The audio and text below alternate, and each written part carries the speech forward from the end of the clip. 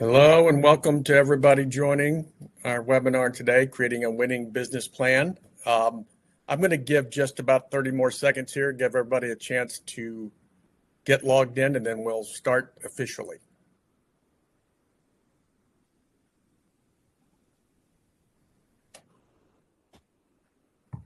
We've got a lot of folks signed up for this, which is very exciting. So I just want to make sure as many can get in as they want. If you have to leave too, I should say, we're going to obviously have a recording of this and be able to send it out to everyone. So welcome again to Creating a Winning Business Plan for 2026 and beyond. My name is Tim Kelly, and my company is TNT Dental. We want to welcome, I think there's quite a few TNT customers on board today. Welcome to all of you, and then a special welcome to all of you who are not TNT Dental customers. We have a chance to offer you some help as well. And the good news is, as you'll see as we get into this, it doesn't cost anything. So we're excited to get going. So we'll come back to this theme of creating a winning business plan. Let's get started. Again, my name is Tim. I'm one of the founders of TNT Dental. As you can see in the picture, and this is very shocking to me because I can see myself on screen and I can see my old picture. This must be 10 years old at least. So I got a lot of more white hair, and man, we got to change that. Note to my team who's listing in here as presenters. Let's get my photo changed.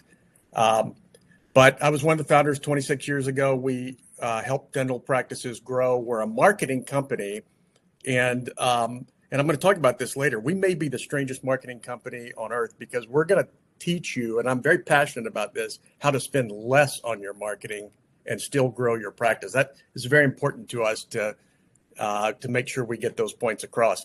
I'm also very excited to have my team with me today. It's our Dental Intel Concierge team, we call them, and we'll talk about what that means here in a second.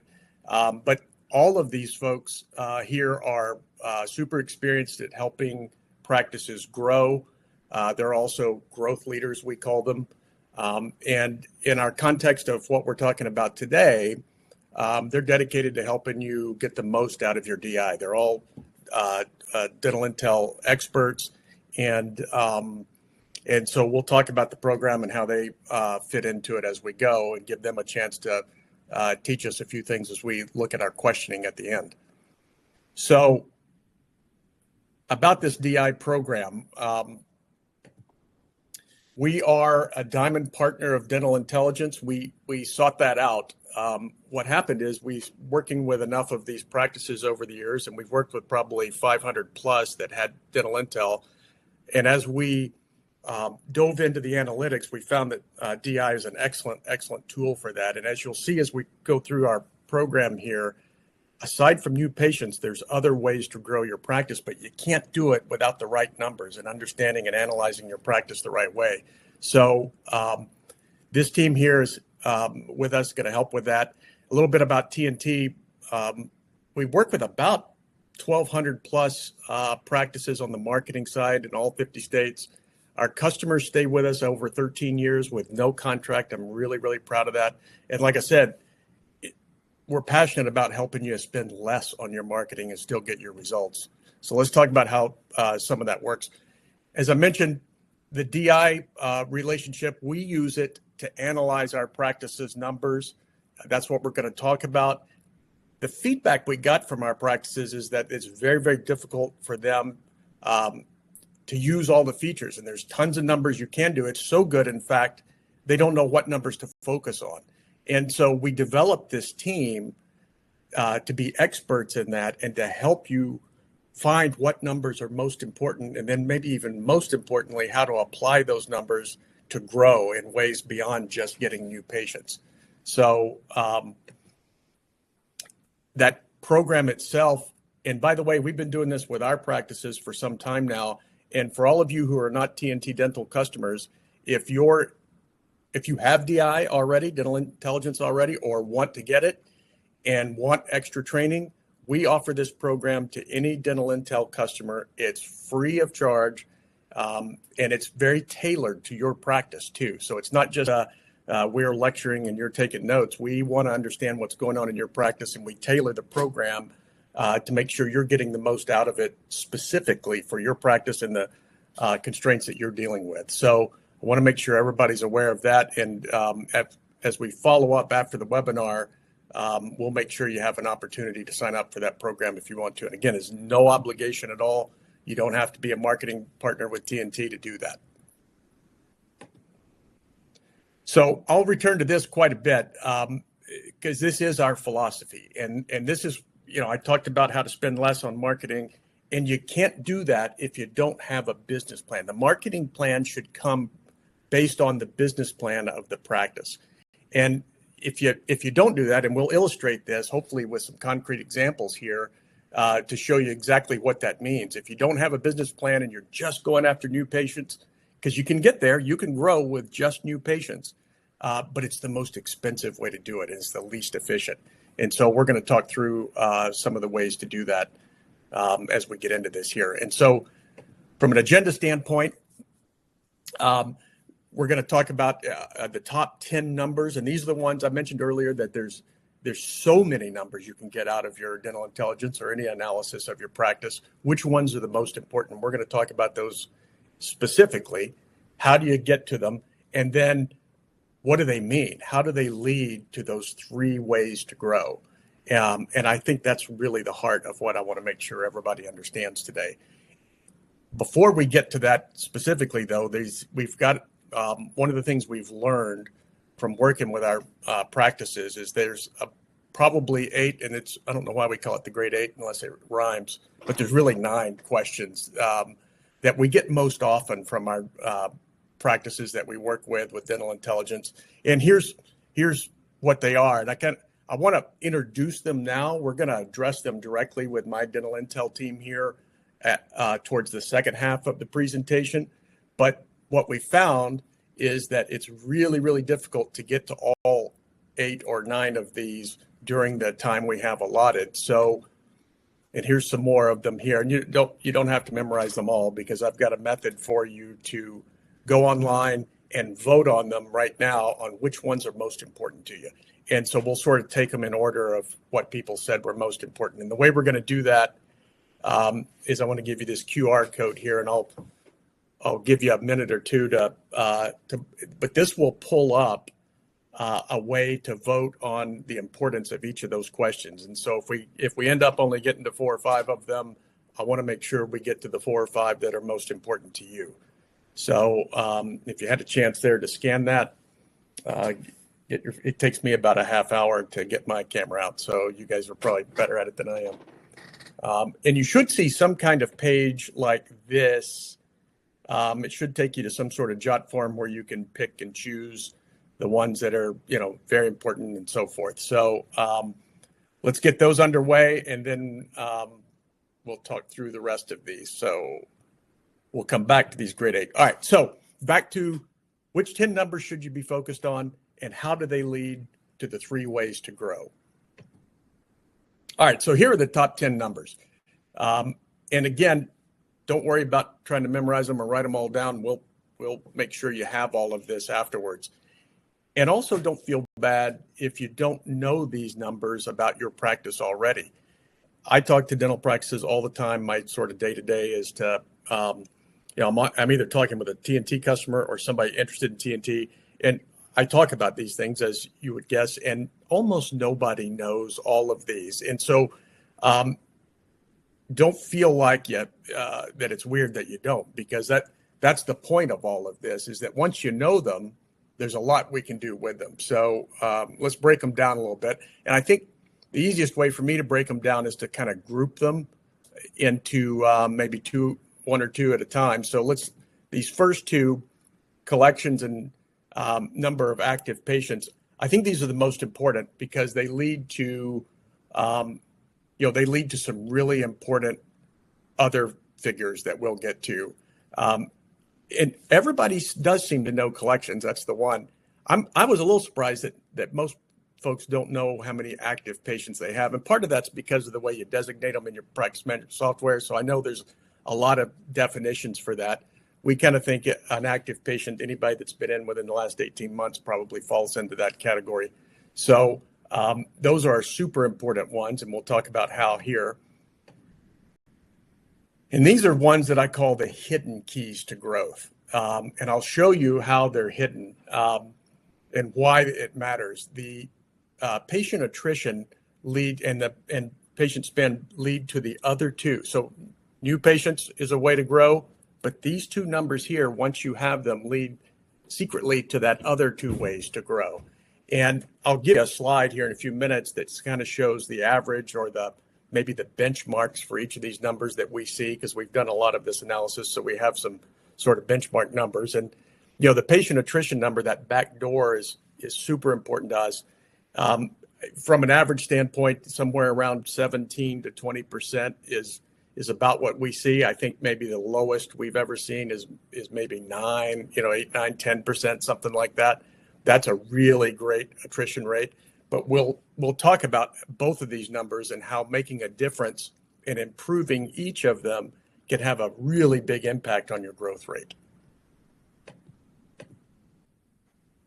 Now, this one, as I said, everybody wants to talk about new patients, and there's no way around it, right? New patients are a part of every growth plan. The key is how many new patients.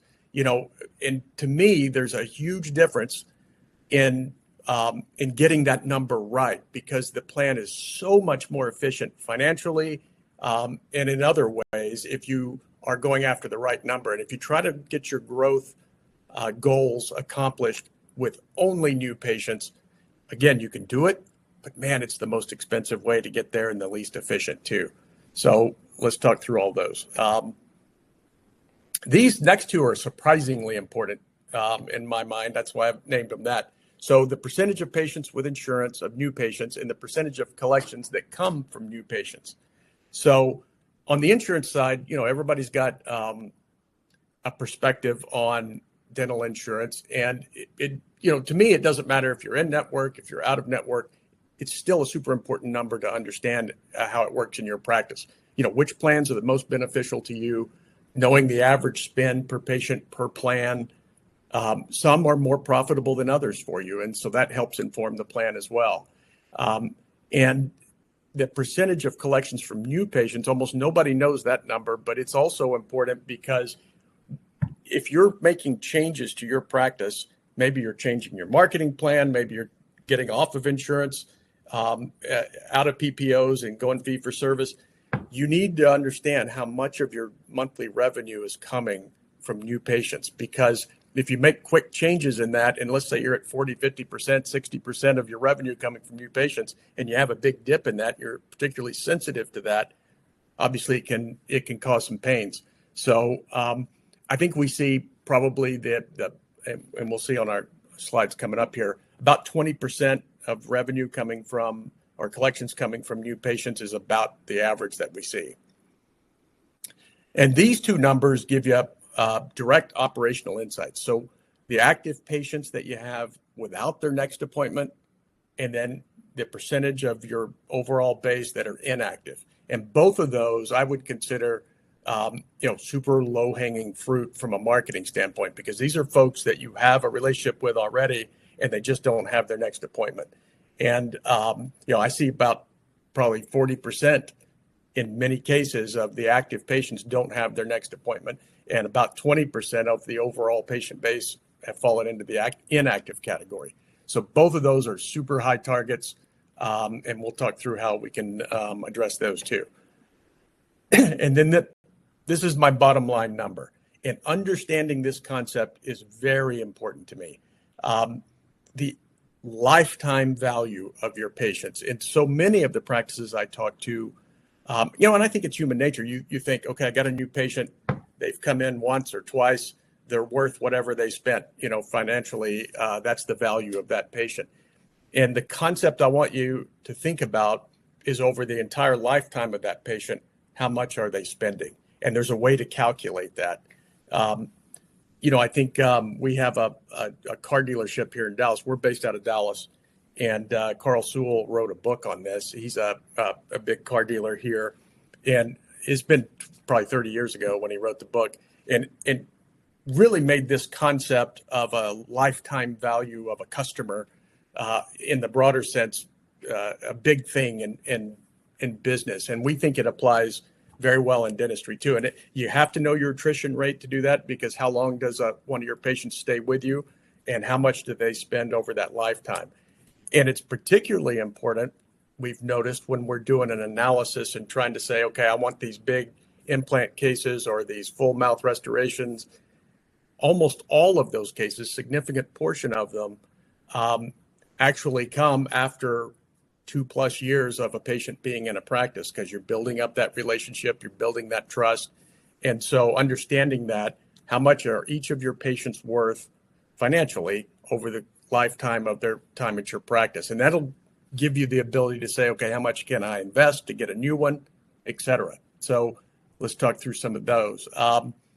Here are, I mentioned we're going to have a sort of a benchmark performance standards, I've called them here. You can see for a PPO practice, the average spend, on average is about $900. For a fee-for-service practice, a little bit higher.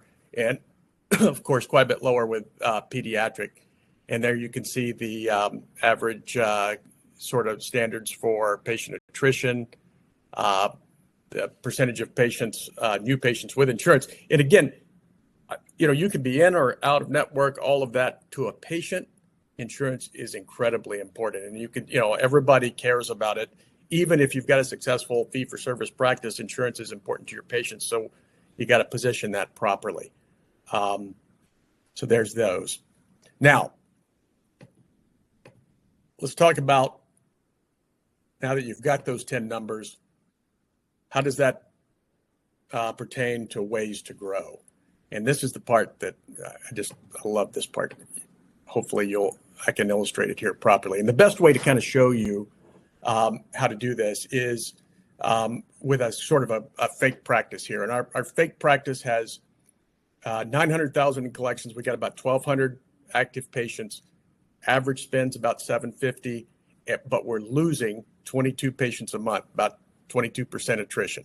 So that's our standard example.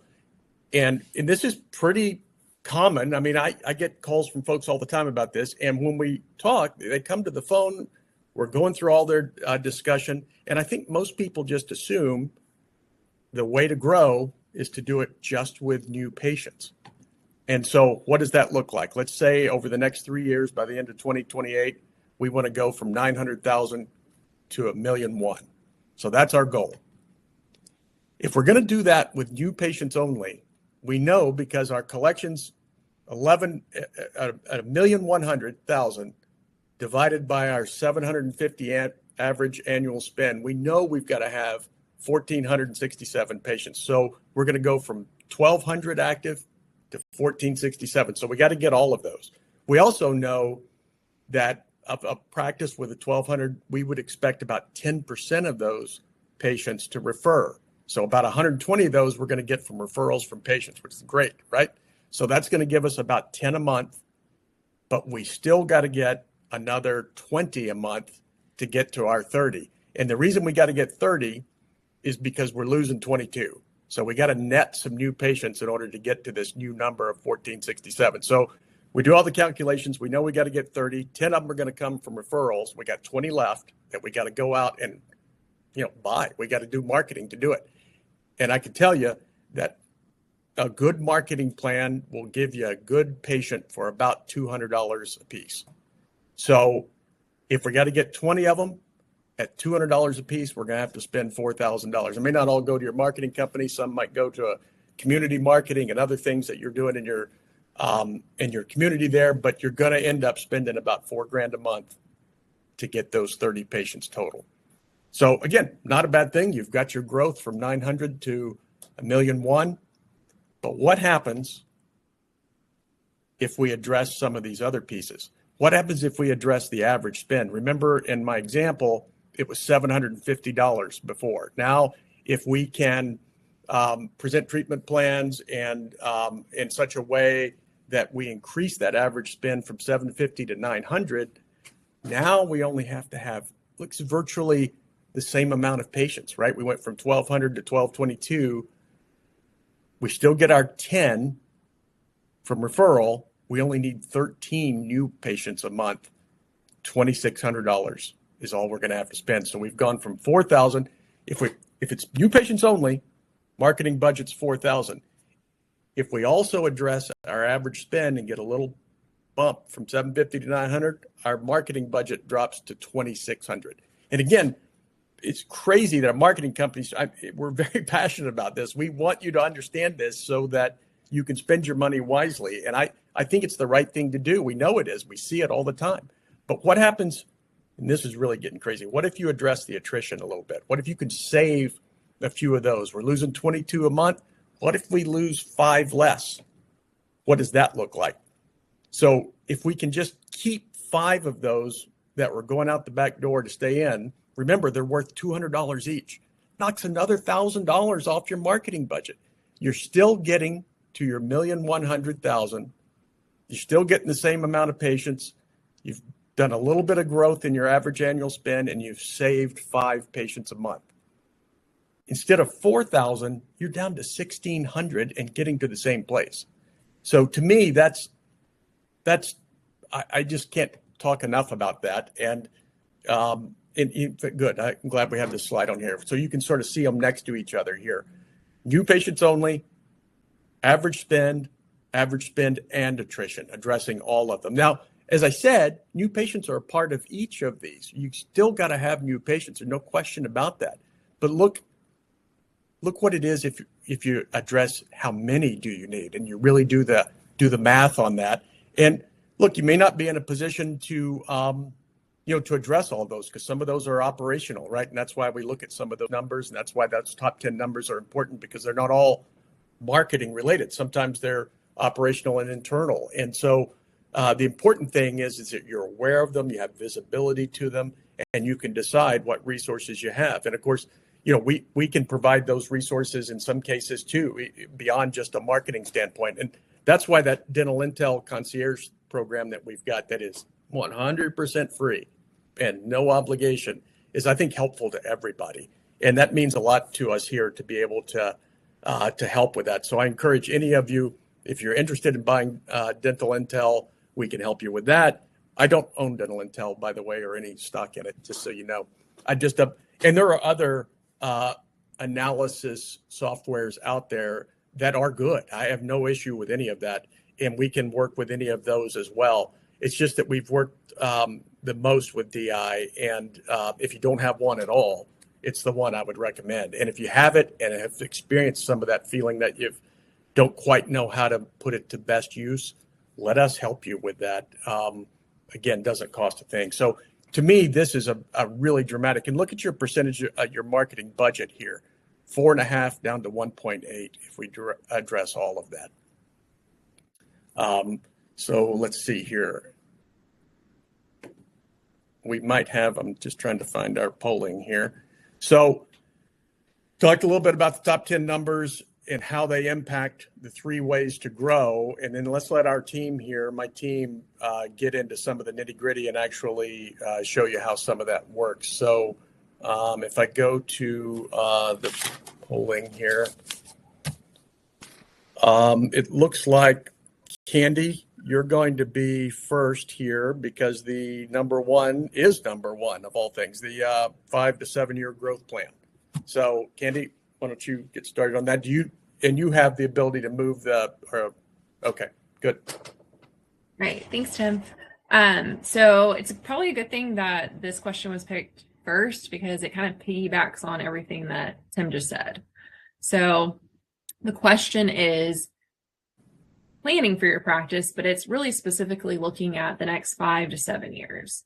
A lot of times when we're talking to practices about specific marketing tactics that they would like to accomplish, it's a little bit short-sighted. In the next 12 months, I want to be here.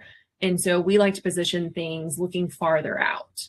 And we'll kind of hopefully get to some of the questions about how do you make adjustments to your practice. But a lot of questions we get is, hey, within the next 5 to 10 years, I want to retire. So I want to talk about steps to do that. Well, you need to know that going into building any type of plan, even if it's just for 1 year, because that does change things. You do have to be very strategic on the pieces that you move. So even if you're not looking to make a giant change in the next 5 to 7 years, even if you're looking to just maintain what you have, you just need to know where you want to be and then have a plan to get you there or maintain having what you have.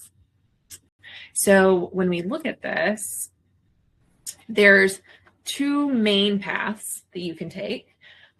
So basically you can grow your active patients, which is what Tim was referring to when he was talking about achieving more new patients and then also decreasing that attrition rate. So you naturally will start to grow your active patients. The other way is to optimize what you have. So not necessarily look to make giant changes in the amount of new patients coming in or giant changes in the attrition you have if you have a really good attrition number, but looking at what can I do to get more out of the patients I already have instead of focusing all your efforts on acquisition. So if you take the path of growing active patients, you want to look at the 7-10 rule of how do I double everything. So there's 7-10 rule. If you're not familiar with it, look it up. It's actually brilliant. Our CEO talks about it all the time, but anything you want to do falls under that rule. So if you want to grow by 10%, you need to look at 7 years, growing 10% every year. There's different paths to doing that. Again, it's really important to know your top 10 numbers when you're looking at which direction you need to go. But that is something that we can help you with. All of the people on the screen are big nerds when it comes to these types of things, so we're happy to help. Another thing to look at is potentially having a business manager, somebody who this is what they're doing on a daily, monthly, weekly basis. They're looking into these things. The best recommendation is if you're already at roughly 3 million, that's the time that you absolutely need to have a business manager, a strategic thinker on your team that takes it off of your plate.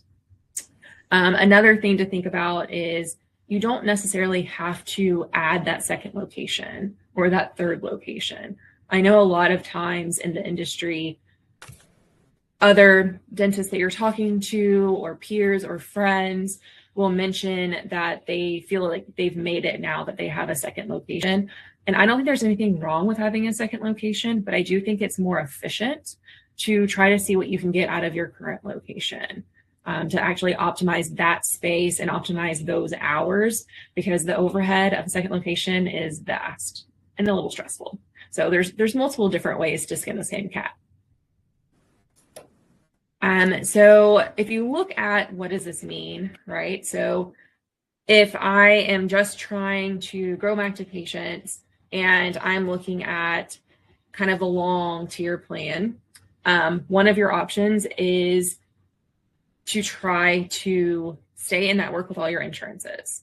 A lot of times people will tell you to make more money, you have to get out of the network. And that's just not necessarily true. There's different ways to do it. So staying in network with insurances, you can still reach the goals that you want in the next 7 years. The reason I say stay in network is you have the option to optimize the reimbursements. We actually partner with a few individuals that do this really well. And have had really great success for our own clients. There's tons of great ones out there. But I am a big advocate for always doing the optimization for insurance. So the rule of thumb is you should be doing this every 5 years, which means you have to start it every 3 years because it's a very lengthy process for anyone that's ever done it. But it does make a really big difference, especially if you have somebody that's doing it for you as opposed to you fighting, because it's just like here in Texas, our property taxes, we have to fight them every single year. It's really cumbersome and most people don't want to go do it themselves. So you usually end up hiring someone to do it. And I do that and I do not regret it. So it's kind of the same mindset. But that is one of the biggest keys to start getting more benefit out of the current patients you already have. So if you can get them to spend $900 as opposed to the example of $750, which is something we see pretty commonly, one way to do that is to optimize. Attrition. Attrition is a big one. Hopefully we'll get to talk about that a little bit deeper. But average attrition across the US for a dental practice is 17%.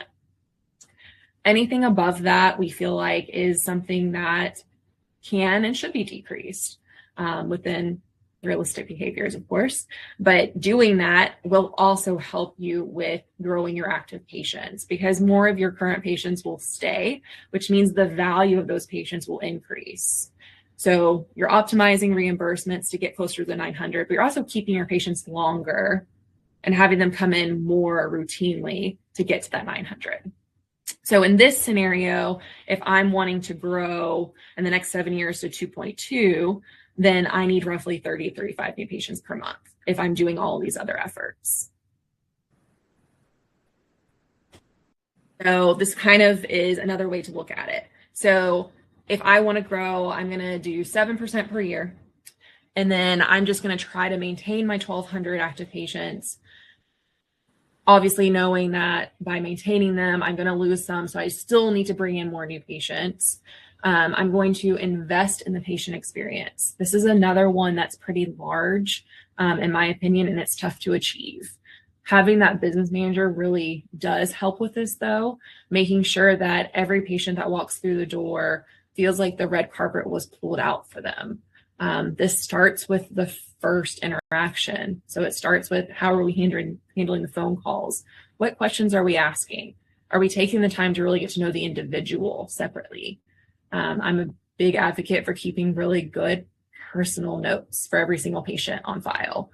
It's near impossible if you have 1,200, and most of you probably have more than 1,200 active patients, but if you have 1,200 active patients, it's near impossible for somebody to just remember details about every patient. But it means a lot to that patient if you remember special things. So if you remember that Tim likes a warm blanket when Tim comes in, or if you remember that Garrett has anxiety about being in the dental office, so the second Garrett comes in, I'm not letting him sit in the front. I'm taking him to an op immediately. There's things like that that go a really long way for the patient experience outside of things that you would even think make a big difference. So those are the types of things that I look at when I'm thinking, how do I optimize my current patients? Some of them are data-driven and some of them are just human-driven. But membership plans are also pretty important, regardless of, and we'll get into this hopefully on the insurance segment, but regardless of if you are in network or not in network or dreaming of going out of network, membership plans are very important. It creates stickiness with your patients that they would have had with insurance. And it's a really good way to get those cash pay patients to stay long-term and come in routinely for the recare. So a good goal while you're optimizing your patients is try to get as many of them enrolled in the membership plan as possible. And that will create a little bit of an avenue for you to go out of network eventually, if that is something you do desire. So this kind of just regurgitates what I just said. It's a different way to look at it. So if you are going to have an out-of-network dream, you have to be prepared for an increase in attrition. There's a lot of tools that you can use and we can help you. It's one of my favorite things to do is to help with this whole pathway, but there's ways you can try to prevent some of the attrition from occurring when you do go out of network. But it's inevitable that some patients will choose to leave. The goal is they'll come back within a year or two because the grass is not greener and you gave them such a great patient experience that it doesn't matter if they pay a little bit out of pocket, but inevitably attrition will occur. So being prepared for that, having a plan for it, and just understanding how does that impact my bottom line is really important. The other thing to keep in mind if you do dream of going out of network and still want to grow is you really have to give away doing referrals out of your practice. Becoming your own specialist is really important. The more you can do in-house, the better off you will be to help increase those collection dollars just because of the nature of the impact of going out of network. It's really important.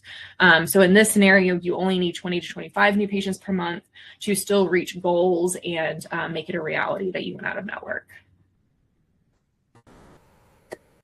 All right. Thank you, Candy. And I think it looks like the first three are actually in order, and then we don't get out of order until the fourth one. So let's see if we can get to the fourth one here in a minute. So Kathleen, you can just probably pick up from here. How many new patients do I need? How do you figure that? Sure. And this is, the classic question. It pretty much starts every discussion with many of the clients that I have when I'm working with them. And it is really important because the reality is most practices don't know. You know, I've heard I need 50, 100, or as many as I can get. And some have thoughts of, 20 to 30 per doctor, but there really is no official metric to create a goal. And that's what we're trying to do here. That's one of the biggest benefits of dental intel is you actually know how many you do need. So once you start to dive in, you need to think about like which path you want to take. You can either do the growing my active patient base or optimizing my current patient base. Both routes lead to growth, but they require very different strategies. So the first thing you need to do with that is evaluate your attrition. So we'll get into how to control and reduce attrition separately, but you have to know your attrition. Most practices don't know, and they don't build that into their patient count. So you should be asking yourself, what is my attrition and can it get better? I see this every day when practices start working with us. They say, I'm getting 40 new patients a month and I need 50 to grow. So then we look under the hood and we start to see, okay, they're losing 60 a month. So they're not going to grow with 40, 50, or even 60 new patients a month. So, let's address attrition first. So from there, you want to kind of create your goal range for growth. And we can look at a concrete example of what your goal would be if you take the growth route. So keeping with Tim's example of a practice with 1,200 active patients, your attrition rate of 20%, which is pretty typical, at minimum, you need 20 new patients a month just for maintenance mode. So if you're aiming for 10% growth, that means we need to add 10 more new patients a month on top of that in order to achieve that growth. So your range is that 20 plus the 10, and you're going for 30 to 35 new patients per month. Now, if you're looking more at optimization, here's an example with that goal. So you're going to have 1,200 active patients again, but this time we have 25% attrition, which is what you would usually see. If you're trying to optimize, you are, picking the type of patient that you're seeing a little more carefully. You're going to have a few that drop off, and that's okay. We just need to account for that. So our goal is 25 new patients a month, at least, just to make up for that attrition, but we don't need any growth. So our range here would be 20 to 25 a month. So there's two different ways to think about that. And you just need to go into the question, like really consciously thinking about what your goals are. Like, do you really want to have those 35 new patients a month and be working and seeing that many patients and growing? Or is your goal more, hey, I want to work 4 days a week. I want to see fewer patients and make more money and really, build my lifestyle. So once you answer these questions, you can kind of go build your marketing plan, confidently knowing, okay, I'm investing in the right kind of new patients. I'm not wasting my money on a goal that doesn't align with my own personal growth goals. And again, if you need help with any of this, like we all love doing this stuff. I have done this with all of my clients over, 8 years now. And it's the most satisfying thing to see these goals created, and then the practices start to achieve them through the tracking and the numbers and really knowing what you're doing there. So hopefully that helps to answer that question a little bit more. Yeah. And slide there. Yeah. And I wanted to go back to that last one a little bit. Absolutely. I just wanted to emphasize, you're still getting growth. You're getting revenue collections growth, but you're not growing your active patient base under this optimization side. Both lead to growth. It's just that, do you want to grow the active patient base, or do you want to optimize the patient base that you've got? And I think that you guys have made those points really well, but it's just, again, one of the things that I'm really passionate about. All right, you go ahead. So 3, we're still in order. The next one gets out of order. But this one, I guess, Candy, we'll go back to you. So what metrics should I be tracking? I know we've talked about some of that, and how often?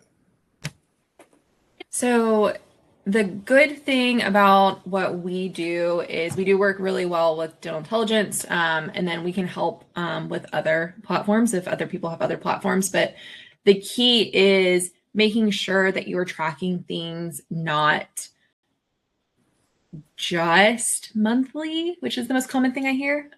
Most clients that we talk to are really doing a year-end review or a month-end review. You really need to be looking at things weekly. If it's a new plan that you've come up with that we're not really close to hitting that goal, I would even suggest daily. So no matter how you're keeping score, this is something that you should be tracking routinely and discussing at a minimum weekly with your team.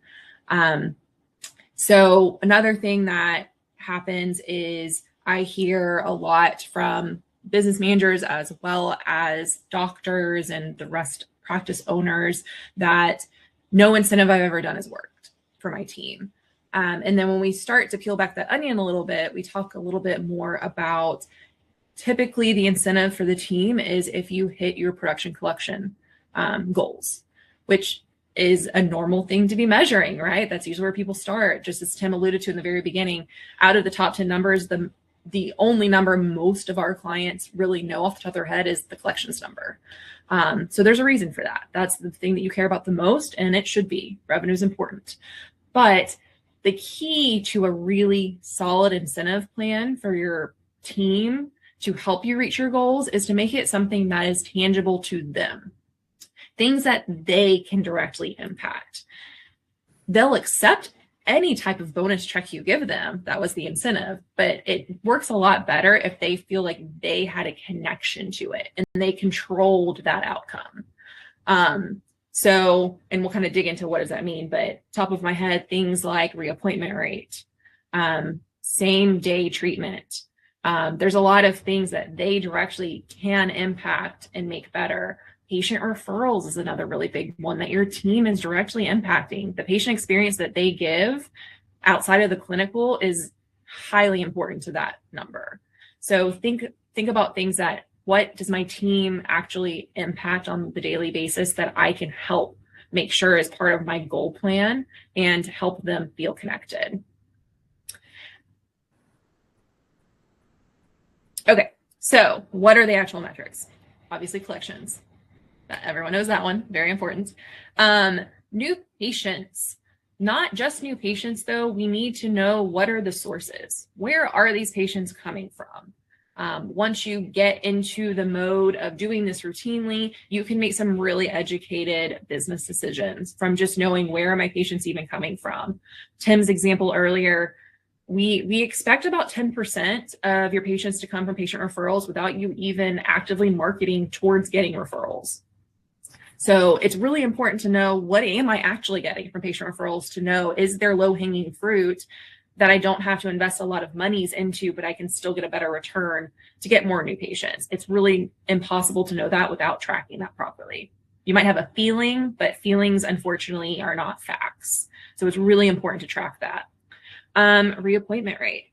Reappointment rate is going to directly impact your attrition rate. And it's going to directly impact your doctor column, because if we're not reappointing hygiene patients, I'm not getting as much doctor work as I need.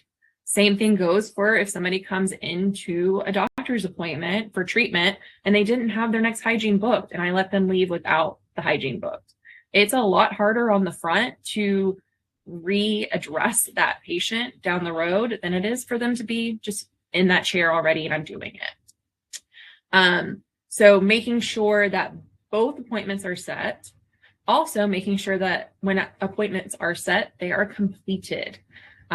So one thing that we look at as a team when we're trying to help with hygiene capacity issues and addressing how much hygiene does my practice actually need, to know how many hygienists I need, full-time, part-time, all of those fun things that are the jigsaw puzzle. We need to know not only how many hygiene appointments are you scheduling every day, but how many are you actually completing. That will give us your cancellation, no-show, your broken appointment rate, which is also really important because that tells us if there is a need to address the verbiage for confirmations.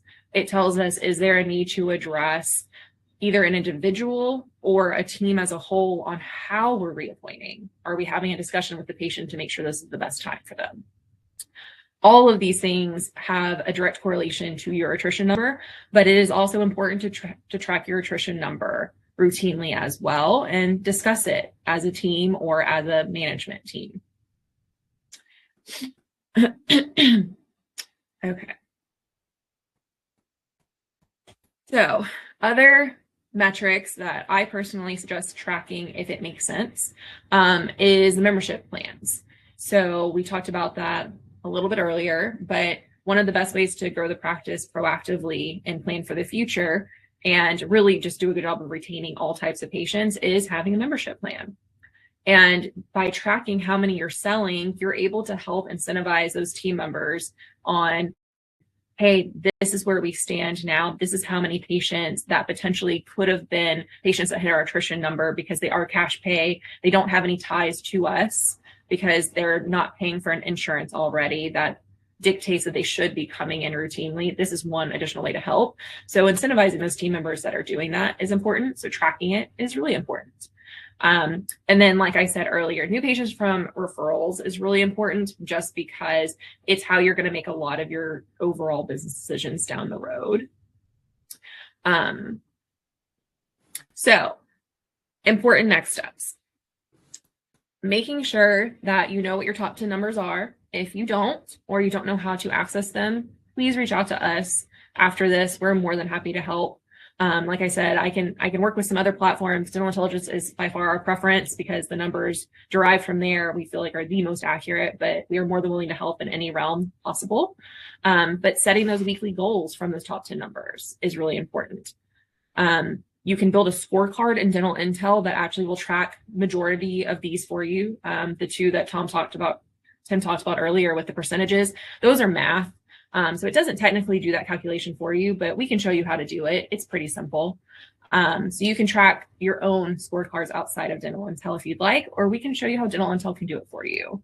And then again, I cannot stress enough, the whole point of measuring things is to discuss it with the team and to make sure that you're auditing it weekly instead of monthly, because at monthly, it's a little bit too late to make the adjustments that you might need. But if you're looking at this daily and weekly, you might be able to save something before it becomes a bad habit for the team.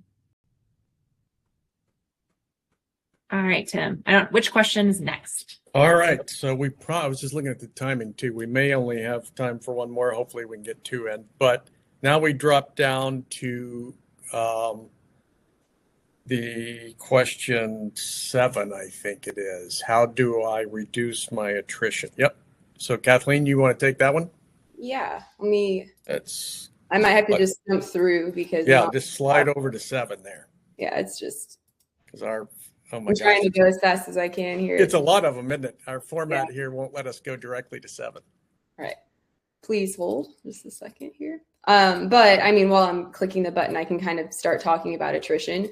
There's 2 types of attrition. I mean, whether your patients are hitting 18 months without an appointment or your team is marking them as inactive, neither one is good. And you need to address both types in different ways to improve that. So here we go. So this is the number that nobody knows. And frankly, it can be tough to get even when using Dental Intel, but we've figured it out and we're definitely glad to help you get that number.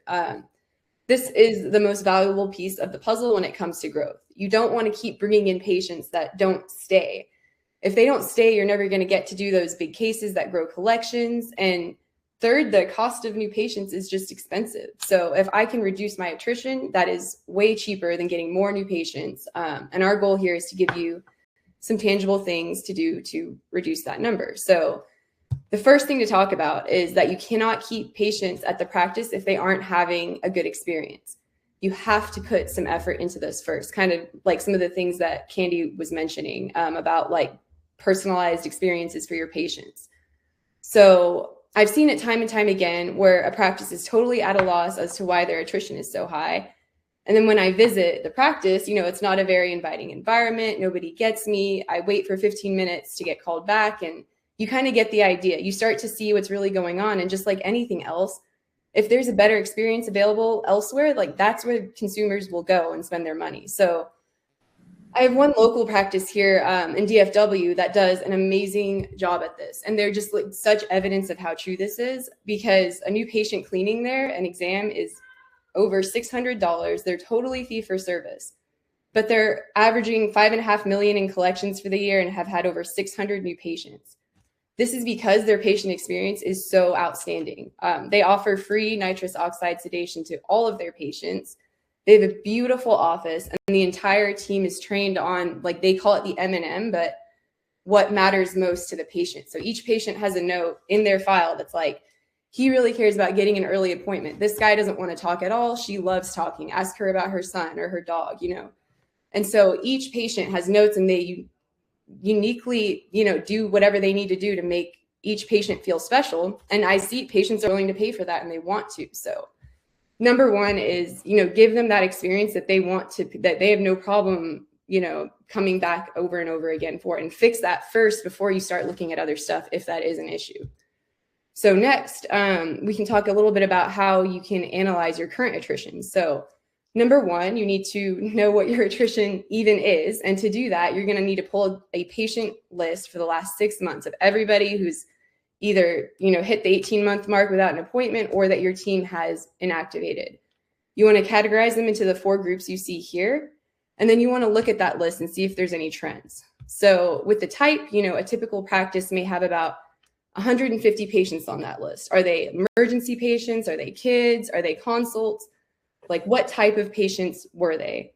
With the source, you obviously want to know where they came from. Was it Groupon, direct mail? Was it a referral? So just take an example of a practice with 30 new patients a month and 5 are coming from direct mail. If you look at that practice's attrition list for the month, you know, and there's 30 that are falling off at the same time, and 15 of those were the direct mail patients, you know you have an issue with direct mail. Those patients aren't staying. So your percentage by source on the attrition list should be similar to what your percentage by source is on your new patients if there's no issues there. And if it's not, then maybe there's something to dig into there. Insurance, of course, you want to understand the role of insurance with your patients. Like some patients with in-network insurance, they tend to stay longer. Even if you're out of network, sometimes patients with certain insurances tend to come back more than others. So you want to understand that. And then finally, geography is kind of obvious. You know, if you have patients too far out or inconveniently located where you're targeting, they're not going to come back because it's not easy for them. So there's 4 systems to reduce attrition. I'm going to talk through them pretty quickly now because I know we're running out of time. So number 1, patient reappointment. 90% is the minimum. It is achievable, and we see practices all the time in like the 94 to 96% range. If patients aren't willing to reappoint, then there's definitely a reason they're not coming back. And again, then you take a step back and you need to look at that. You want to be reappointing your patient's chair side. So I won't go too far down that road, but I think everybody's always heard that. And I just want to emphasize how important that is in order to achieve that 94% of that example that I see all the time. You want to make sure you have a good recall program. Use Dental Intel to pull those 1, 5, and 17-month lists each month. And the more you do it, the shorter those lists are going to get and the easier your job is going to be. But building that system where you're doing it and you're reaching out and you're working on that list is what's going to help you reduce that overall number. You've got your no-show and cancel patients. The goal here is 5%, no-show cancel rate. If you're at 8%, that's too high. That means you have an opening in your hygiene every day and your chair time is too valuable for that. So if you're having an issue with no-show and cancels, address that, find out why they're no-showing. And the other thing I want to mention really quickly there is if a patient no-shows or cancels, like the knee-jerk reaction is, okay, I'm putting them 3 months out, forget them, they canceled on me. But the likelihood of them then coming to that appointment is very low. So sometimes you have to judge a little bit about, hey, do we just fit them in as soon as possible and make sure this happens, or how you want to handle that. And then finally, your internal marketing. It can make a huge, meaningful impact. I mean, we did a 2-year case study over 8 practices, and we saw them generate 8% in internal growth from lower attrition and higher average spend alone, just doing internal marketing and reaching out to their existing patients. So all 4 of those things are very important, and you want to make sure that you are addressing all of them. So I think that's the last little bit of mine. I was trying to make sure. Well, here's kind of everything I just talked through, but you did all that from memory. Nice work. I just wanted to talk. I didn't even go through the slides, but I'll take over with the last few minutes here. That's impressive. All right. No, thank you, team. I appreciate that very much. And we're kind of running out here, so I'll just kind of wrap up. And I want to reemphasize, if you take anything away from this, there's more ways to grow than just new patients alone. And in fact, we think there's 3 pathways to do that, right? New patients, reducing attrition, and increasing average spend per patient. And the way to get there is to know your numbers, know those top 10 numbers. And so again, this may sound too good to be true, but if we can help in any way, it doesn't cost anything and there's no obligation. We'll follow up with everybody here to make sure that you have, I think you'll get a recording of this. And if there's anything we can do to help, don't hesitate to reach out to us anytime. And thank you all very much for being here today. And hopefully you got something valuable out of this. And we look forward to seeing you on a future presentation. Thank you.